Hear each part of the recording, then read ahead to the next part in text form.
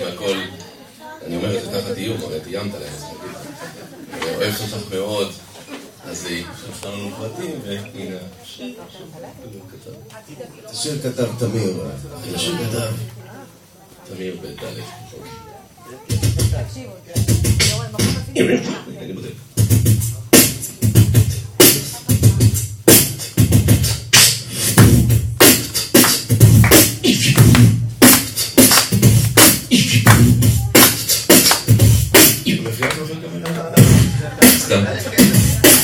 עומר, כן.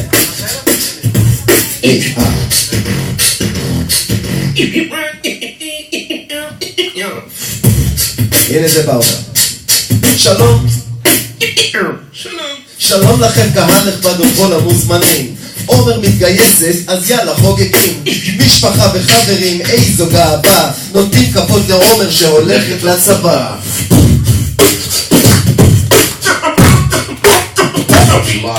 עומר זו שלנו, טובה ונדיבה, אוהבת את כולם, מתוקה וחביבה.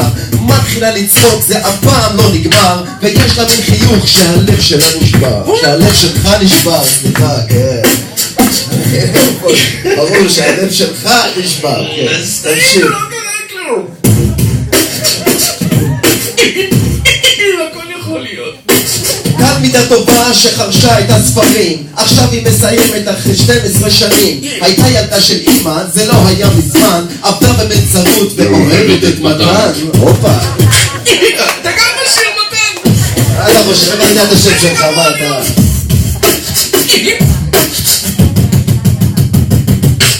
אמא חיארות מתווכחת לפעמים, ואז שניהם את אמא ממש מעצבנים. מכינה היא חינוכים אומרים שזה אדיר, עכשיו היא מתגייסת, הישר לחיל האוויר. חיל האוויר לא.